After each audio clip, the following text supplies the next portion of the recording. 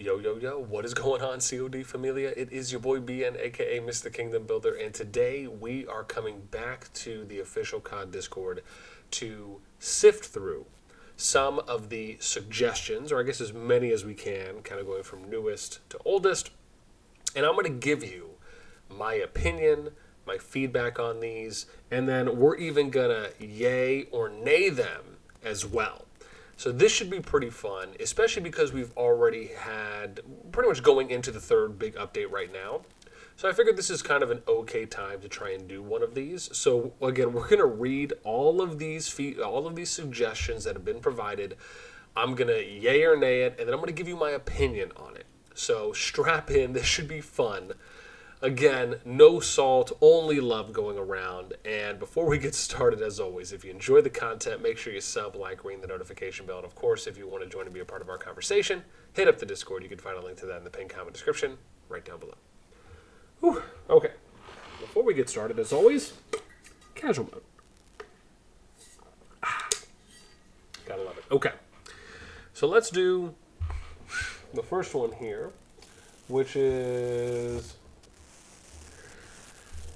Okay, from Sarah3507 says there should be information about who gathered last on resource camps.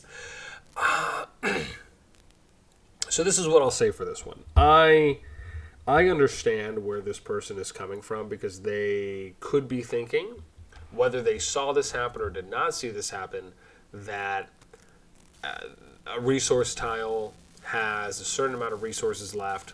Maybe it's a low amount of resources and it got left there, no one's gathering it, and that is delaying the amount of new resource tiles that can spawn, right? Therefore, arguably reducing the amount of micromanaging that one has to do to send an additional march there. However, keep in mind that when everyone is starting out playing in the game, everyone is doing back-to-back gathering, right? No one, like, day one, within the first 30 minutes of the kingdom, you're not going to be full gathering tiles. However, there are some, excuse me, I'm still having nose issues, jeez. But, however, there are some good approaches that can be done here, where players try to gather lower tiles when they're starting out, so they have a higher chance of gathering a full tile rather than doing half or three-quarters of a larger tile. So, right, trying to do those types of things to help mitigate that can really help. So it just reduces the amount of tiles that are left throughout the beginning, kind of middle stages of a kingdom's development. Now, on the note of there should be information on who gathered a tile last, I somewhat lean in the direction of not having that, because I can see that being a thing where people will reach out to those and call them out for it, or even if they're giving them some type of a reminder, it may not be done in the nicest or kindest of ways. So that's the only reason I'm hesitant on this one. If there was a little bit more thought put into this, maybe on what it would be, and again, I understand that is just an approach to it. It could also turn out okay, and you leave it there, and then that way they know. But if no one's at the tile and you see who last grabbed it, you may not think of all the options, right? Maybe that person went to sleep. Maybe they sent a legion out when they were going to sleep, and they gathered as much as they could, and you just happened to check it 3 or 4 hours after they sent the legion, and they're still halfway through sleep. So they're not going to get to that probably until they wake back up, and that's if they then remember. So I think for this one, I'm going to go with a no, just because of those reasons. Now, let's see here. When it comes to Wogi, says, been doing the lizards and giants from behemoths, and there's always a darkling walking near them and getting pulled after by AoE, making it more difficult to kill. Please do something like you've done in PvP where you attack players' skills hit only them and not Darklings. Same with the Caravan event. I end up with 500 CP used afterwards because all the Darklings have been pulled in also. Many players have been saying the same thing also, so I hope you fix it. Okay. Lizards and Giants from Behemoths. And there's... Oh, I wonder if they're talking about the Guardians, essentially. So... Yeah, this is interesting. I wonder... So I will actually agree here that if maybe they created an area around the Guardians, like an example, if you look at Rock, there's no barbs from what I have seen that are just going in between the structures, the holy sites where the Guardians are, right? It's essentially kind of like a cutoff area where, as long as you're kind of within the radius or the perimeter for that structure, you're only going to have the Guardians there. There's not going to be any barbarians, right, or PvE units. So I actually agree here with Wogi. I think that's something that could be done and actually would be good. Then we get to the Fizz. Garwood needs a major nerve, even a 3 times rally. Doesn't do anything against Garwood heal. So, this is the thing I would say for that one. Is that maybe he does, maybe he doesn't. However, right, doing thorough testing where, you are able to hit a garrison with the same amount of units, arguably the same amount of T4, right? So you're not having wider margins of error. Like we saw in one of the 3 times rallies that I think, well, by the time this video comes out, there will be one before this that covered that, where we see good trial and error testing reports where it's not just we do it once and we hope for a W, but maybe we need to fine-tune some talents. Maybe we need to change up some of the artifacts that we're using. Maybe we need to try a different pairing on this, right? So there can be different things that you have to do, right? It's not just, we're trying what we think is the best or the most ideal comp. It doesn't work. Okay, well, did you do the best talent tree specifically for that? Could there be another side of the talent tree that might work equally as well, if not better, that we need to test? Right? If you've done your due diligence and you've gone through every test possible, list that information out, right? When you provide a suggestion, it should be well thought out. It shouldn't just be a one-liner, right? Like this. No offense, but this just is not something that a developer is going to look at and say, wow, they've really thoroughly done a great job of explaining and listing out what has been tried, what the results were, and why the conclusion is that Garwood is recommended to need some type of debuff / nerf, right? If I was going to submit a suggestion like this, I would do all my trial and error testing first. I would exhaust every possible option.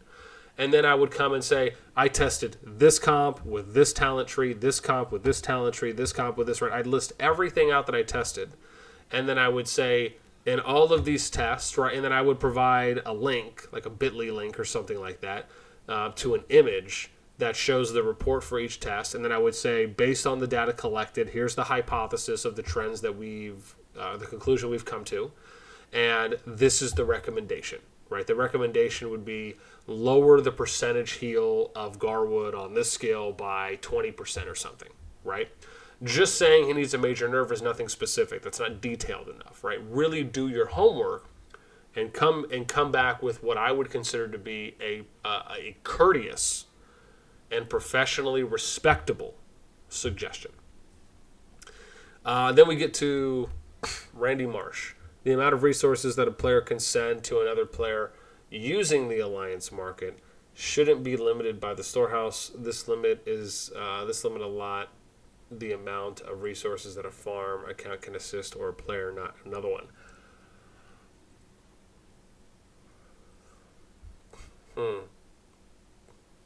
Yeah, this is the thing about RSS sharing, right? It's they can do it however they want. But what I will say is that one of the pros to this on RSS sharing by limiting also in turn limits how much big spenders can assist their players to a degree as well by limiting the storehouse and limiting one's farms. Right, it also reduces the amount to create additional accounts that would inflate true account activity in a kingdom. So again, I think there's a few things here that I'm factoring in. I don't know if this is something that I would say it needs to necessarily get rid of. I think this is something that can be explained a little bit more on why they did it this way, what's the intent behind it, because I don't necessarily think it is a bad thing that they're limiting the amount of assistance that can be done.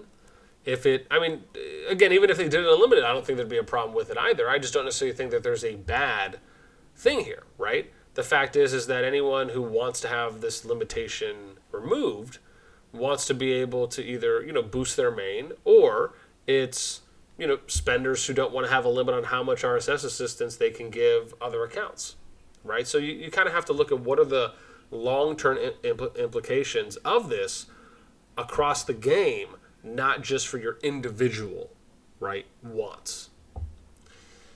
So for this one, I'm going to say no, just because it's not well thought out enough. Suggestion that says ban Junior for having T5. Yeah, that's a hard no. Solarium, what's up, man? Add pre-register option to Google Play and iOS to allow us to install it as soon as it is released. I actually like this, right? This is one of those things where it's like, hey, install. It's like you pre-register, but then there's that extra button that says download, install, or download and install once it comes available, something like that. I like that. Remove the Alliance teleport timer or give away to TP to Union territory.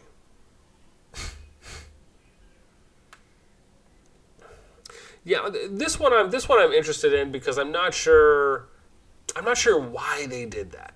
Like, if you think about joining an alliance, leaving it, joining another one, TPing to that alliance, leaving that, TPing. I mean, you're still burning your TPs. I just don't see what and where the value is on, or why they have the timer. Like, what is it holding you back from, right? What are you? How is the countermeasure saving others from you from joining an alliance and immediately TPing there? I mean, maybe it's something against rogues, right? Or people that are just abusing hopping alliances and they're just going around and now I know where you are. But, if it's invite only stuff, to be accepted. So, yeah, this is the thing, right? I like the suggestion. I just wish it was more thought out. Even an example such as allowing an option to manually move, right? Where it's kind of like what they did in Infinity Kingdom. You kind of have like a walking teleport. So, you can click on somewhere you want to go within a limit. Like, the limit was 300 kilometers. So you could click 290 kilometers away that you want to move there. And then this little caravan with this horse carriage pulls out and it starts going there and it says, oh, you'll arrive there in 45 minutes. I like those ideas. I love the fact that Infinity Kingdom added that in with that element of being able to manually move your city. I wish they would bring that over to Call of Dragons. I think it was such a great move to do, even though you could go from one end of the kingdom to the other and it would take you half a day or 3/4 of a day. It was still cool. It was an awesome mechanic. And so if they added something like that into CoD, I actually think that'd be great. So for this one, again, I like the idea of it. I just want this to be more thought out. So I'm going to say yes, but I do wish this was more thought out. Suggest please provide a modification email for R4 and R5 in the Alliance regarding players who are offline for more than 3 days. Please don't reduce the experience gained from killing Darklings if we do it with friends. It's very boring hunting Darklings alone.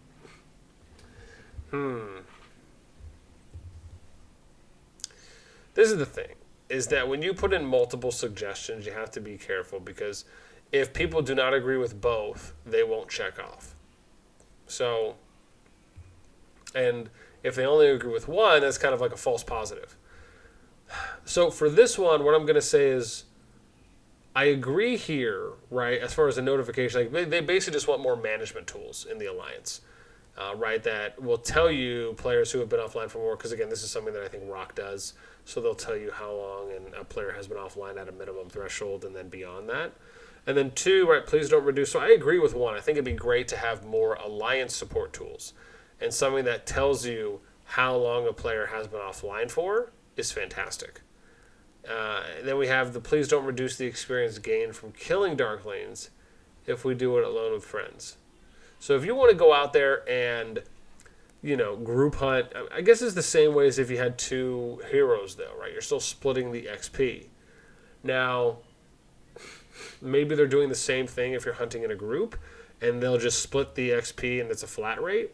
If that's the case, then COD's just different, right? Maybe the best way to hunt is to, do it with one person, right, so to speak. I mean, don't get me wrong, I like the idea of doing it in a group, but then you kind of have to start weighing out the data on, right, collecting the data on, okay, hey, we spent 2 hours hunting barbs. How much XP did we gather, and then how much damage did we take? Versus you then doing it solo and trying to do the same amount of them, and then how much damage did you take? And then you're kind of weighing it out on how much XP did you gain solo versus how much XP was gained when you split it. And then you're just kind of comparing, right, what was the best option for you at the time. Okay. So, yeah. So for this one, I'm not going to vote because I'm not sold on number 2. I wish that was more detailed. And then on number 1, I do agree with number 1 here, but I do also wish that this was detailed just a bit more. Number 2 more so than 1, but because I want to see a little bit more of that, and I'm just not sold yet on giving that my yes, I'm going to hold off.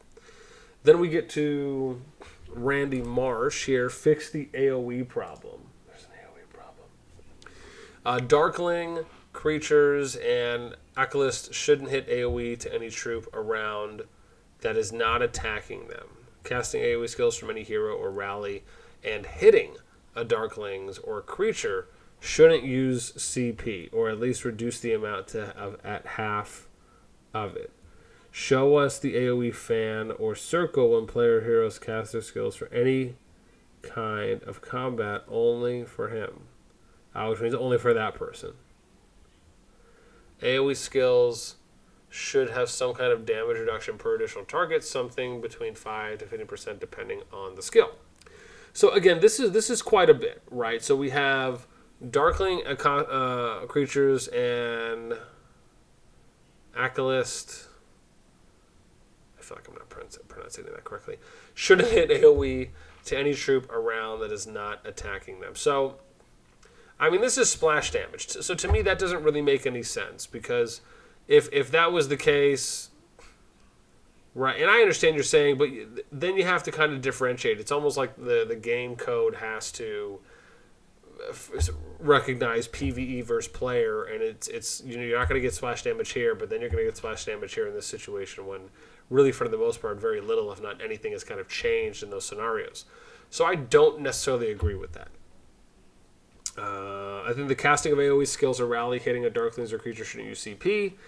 As far as I'm trying to see here, casting AoE skills. Yeah, as far as if he's referring to casting artifacts, then okay, I can agree there. As far as it not using or shouldn't be using CP, it should only be using CP if you and the other person, or if you've engaged right in an attack. I like to show us the AoE fan circle when players' heroes cast their skills. I actually do like that one. So yeah, again, all of these except one. For that reason, I'm not going to vote. And then we have Olaf Mir. Reduce the amount of merits you got from the same player over the time to avoid people farm them with their secondary accounts, so the merits mechanic can stay the same. Then with the time, the amount go back to the normal. Still no effect. Wars. Still to no effect. Wars gains. Okay. So we're reducing merits you get from the same player over and over. Maybe it's the same player over and over if it's done within a certain amount of time.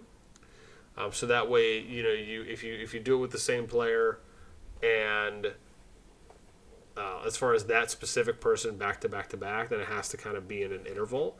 I do like that. I wish there was a little bit more detail here for the suggestion. Just, again, listing that out, how it would actually look practically. Of course, unfortunately, that's not. Yeah. But it does give enough of a description to where I feel okay about it. So I'm going to go ahead and give this a green check. Create voice channels in this Discord for our community to mingle and get to know each other. I'm 100% on board with that. Add more ways to keep donating when all the Alliance text is max out. I agree with that because this is straightforward. Add a few more servers. Yeah. Add more language. Don't know what that means exactly. Improve the translation messages for better communication. I think that's could probably be good. Please remove the hero stamina system. It's really hard to fight. Long time. I'll be honest. I kind of like the stamina system. I want to see how it plays out, at least across more kingdoms, a few more seasons, and then go from there. Let's go with.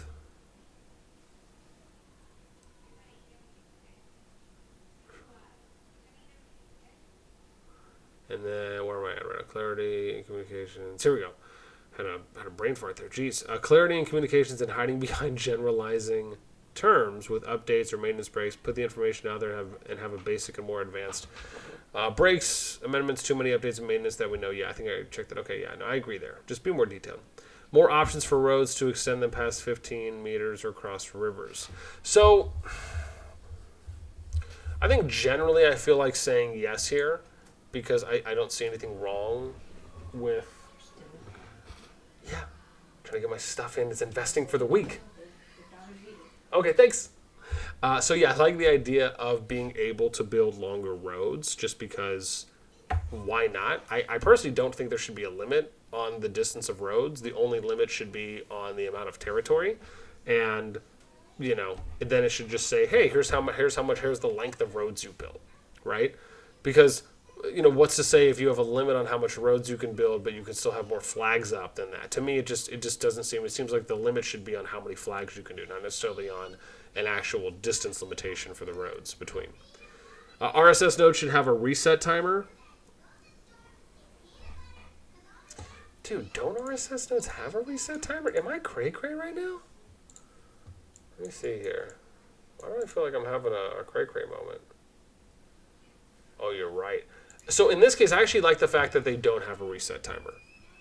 I'll say this is because it now requires this is what I like about this. This now requires more overall skill and diligence and arguably unification within a kingdom to make sure that you are clearing nodes and the tile isn't just being automatically reset for you, which is a big handicap if you think about it, right? Think about a kingdom who's really, really active and they're farming all these tiles and they're getting a lot more tiles after that versus the kingdoms who might have less activity. Or if you want to go on the opposite side of the spectrum and say, how diligent are our kingdoms in having all of their players, right, with a minimum number of legions that are always gathering to ensure that tiles are being cleaned up at all times and they're getting more overall, right? Versus those that maybe that are not as diligent and they're letting, and they're basically doing kind of the worst thing, so to speak, which is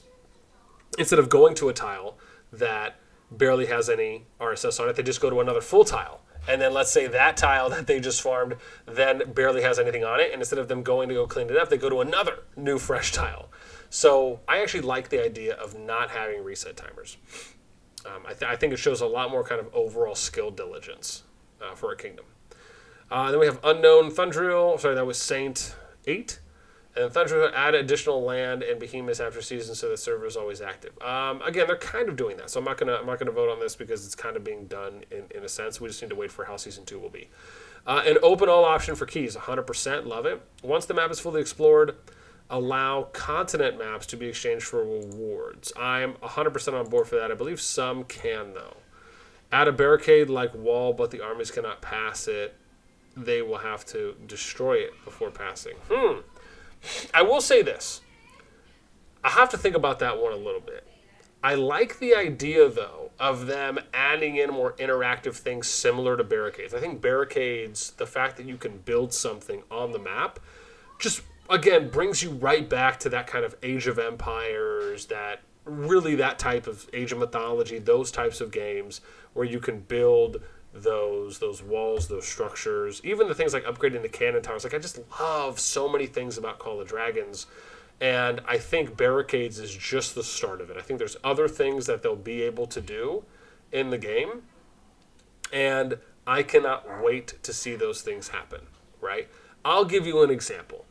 What if they had the ability to build a bridge over a river just at a certain point, right? So as long as you control the pass, you can build a bridge, right? And then you can use that bridge to get over, just as one example, right? Maybe you can plant landmines or something, right? That are only detectable if you're really close, right? Maybe you have to be within 5 kilometers or something like that to detect it. And you can disarm them just like you make them. So those are like little, maybe they don't do a lot of damage, but little small AoE ones. Now, that may not be so relevant to the age and the era of the game, but just to, again, throw some examples out there, right, on things that you could do. I just think it's really interesting. The idea of having more kind of objective, interactive accessories or add-ons in the game is just really cool. So, what I will say here is, again, I like the idea. I just wish maybe it was a little bit more thought out. So I'm going to hold off on giving a yay or nay here. Then we get to Randy Marsh again. Peacekeeping talent tree must give better rewards. Books and RSS given should be increased as the season progresses, or some CP reduction. Otherwise, using that talent tree just for damage talents against darklings. I don't know. I mean, again, I haven't maxed out Peacekeepers to really see what the kind of end talents look like as far as how much additional RSS / materials they give. So I'm going to hold off on this one. Increase the range of mage units to be competitive to play in different unit types. This I feel like is a no, because mage, from what my understanding is, that they already have the farthest range right now. So just increasing it, I think, would make them a little bit more OP-ish. We have Sora, add some chat bubbles to make it interesting and beautiful. I guess I'm cool with that. I just wish they would tell me what type of chat bubbles, though, and where. Add a Discord channel to post reports. I think it'd be nice if they added a PvP channel, right? And then that way you can kind of post the reports in there. I don't know if it would be a reports channel, so I kind of half agree here. Increase the chance of gem drops on Darklings. I mean, don't get me wrong. I think everyone wants more gems. So, without having a good average idea on how many drop per month, or even if it's on something like a weekly basis, I think that would be great, just to try and get an idea there. So I'm going to hold off on this. Don't scrap unused CP items at the season reset. I do kind of agree with this as far as not scrapping command points. However, because we just don't know how the season resets are going to play out, I want to wait to see those first, so I'm not going to say yes or no here. Create more engineering heroes. I think this is kind of a given, right? I mean, they're going to bring out more heroes. I'll say yes on this for now, but we know they're going to come out with more heroes. It's inevitable. The game is still very young, and they only have a handful, right, of kind of overall heroes. A counter in the boost tab showing the total number of speed-ups hours the person has, for example. I like this. This is a great suggestion here from Ray, or Rhea. We have Miss Mayhem. Please allow the training of workhorses separate to cavalry. Having to choose to train one or the other is very inconvenient. I will agree here. I think just having a pure T1 cav unit is good, and maybe what they do is they add on, again, they could still maybe have it in the barracks, but maybe you have workhorses, T1 cav, and then all the way up to T5, right? Maybe it's a different icon too as well. So I think that could be a way to do it, compared to if they just made another building, right, for it. So something I would agree with. We got Kawi. When you make an announcement, use @ so people that don't have everything muted can actually see where an update is in that channel. I'm 100% for that. I think that's a good recommendation. Add new building for training, only transport C. So here it is, right? For example, and again, we just commented. I'd be fine with them adding another building. I'm just saying if they want to do it the easier way where they don't have to, just work a different icon in, a different color, and then, have 6 items, have 6 units in the cav. Zur, add CP potions into VIP shop for purchases, cost of each and resources, and refreshable every week.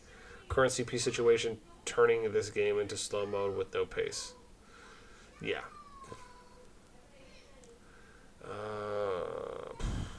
I don't know. I don't know. I'd have to play a little bit more before I got it. Add contrast and alliance borders. Yeah, I think I said yes to this one. Add event calendar for future. That's a hard yes. If you make a congregation or leave the alliance in the congregation period, your troop that was in garrison remains blocked within your city. Does not allow you in any action that involves moving your city. I feel like this is just a statement, not really a suggestion.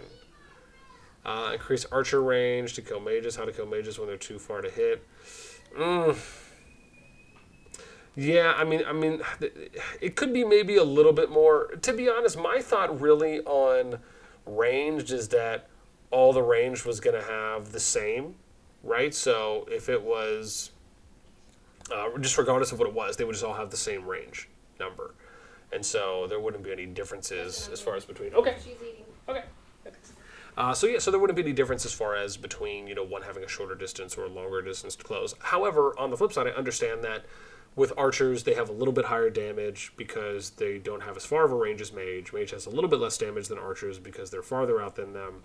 However, you also have to factor into the, right, what is it, the advantage, disadvantage tree, which now I have to actually go in on one of these here.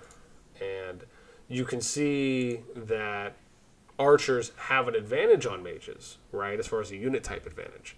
So, right, they generally deal a little bit more damage than mages. They have a unit advantage on them, but they have a little bit less distance. So, my thing would be, I would just like to see it play out a little bit more, right?